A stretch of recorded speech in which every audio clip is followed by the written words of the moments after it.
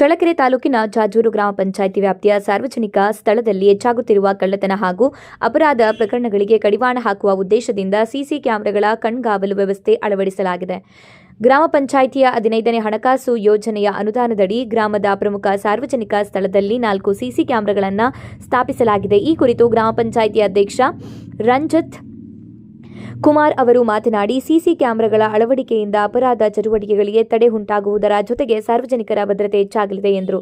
ಮುಂದಿನ ದಿನಗಳಲ್ಲಿ ಅಗತ್ಯವಿದ್ದರೆ ಇನ್ನಷ್ಟು ಕ್ಯಾಮೆರಾಗಳನ್ನು ಅಳವಡಿಸುವ ಯೋಜನೆಯೂ ಇದೆ ಎಂದು ತಿಳಿಸಿದ್ದಾರೆ. ಪರಶುರಾಂಪುರ ಪೊಲೀಸ್ ಠಾಣೆಯ ಪಿಎಸ್ಐ ಮಾರುತಿ ಅವರ ಮಾರ್ಗದರ್ಶನದಲ್ಲಿ ಈ ವ್ಯವಸ್ಥೆಯನ್ನು ಅಳವಡಿಸಲಾಗಿದ್ದು, ಗ್ರಾಮ ಪಂಚಾಯಿತಿಯ ಈ ಕ್ರಮವನ್ನು ಗ್ರಾಮಸ್ಥರು ಸ್ವಾಗತಿಸಿದ್ದಾರೆ.